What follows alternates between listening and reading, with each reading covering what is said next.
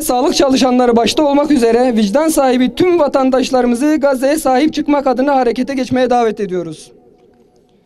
Tarihi vahşet, barbarlık ve ikiyüzlülükle dolu olan Batı'nın yaşanan olaylar karşısında takındığı tavır şaşılacak bir durum değilken, aynı tavrın vicdan sahibi, medeni ve Müslüman olduğunu iddia eden insanlar tarafından sergilenmesi kabul edilemez bir durumdur. Dünyada Müslüman halkların sokak ve meydanlarda protesto ettiği saldırılara karşın maalesef ümmetin emir ve yöneticileri kendi koltuk ve saltanatlarını koruma telaşında olup ümmetin onurunu ve izzetini göz ardı etmektedirler. İslam ülkelerinin başında olanların bu hali var oldukça maalesef bu saldırılar da devam edecektir.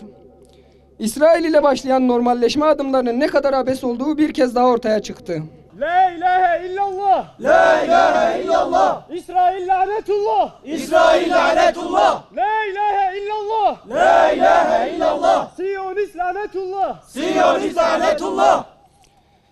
Bu vesileyle dünyanın neresinde olursa olsun insanlığını kaybetmemiş tüm vicdan sahiplerini ve başta yetki sahipleri olmak üzere elinden az veya çok ne gelirse yapabilecek olanları her türlü yasa dışı katliamların yaşandığı Gazze'ye sahip çıkmaya, işgalci Siyonist çetelerine karşı kararlı ve izzetli bir duruş sergilemeye davet ediyoruz.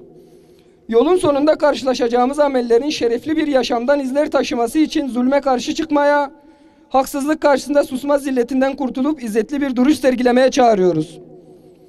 İşgalci Siyonist çeteleri başta olmak üzere elleri masumların kanlarına bulaşmış tüm zalimlere diyoruz ki, siz bize ne yapabilirsiniz ki? Biz cenneti yüreğimizde taşıyoruz. Nereye gitsek o bizimle gelir. Hapsedilmemiz halvet, sürgün edilmemiz hicret, öldürülmemiz şehadettir. Ölümü öldürenlere karşı ne yapabilirsiniz ki? Sizin kadını, içkiyi, dünya malını sevdiğiniz kadar şehadete aşık bir ordu var karşınızda. İşte bu ordu Hz. Muhammed sallallahu aleyhi ve sellemin ordusudur. Rabbimiz Kudüs'e tuzak kuran zalim ve işgalciler ile ihanet eden tüm işbirlikçileri kahru perişan etsin. Başta Siyonist İsrail olmak üzere tüm zalimleri şiddetle lanetliyoruz. Filistin'in, Gazze'nin cesur yüreklerine selam ve minnetlerimizi sunuyor.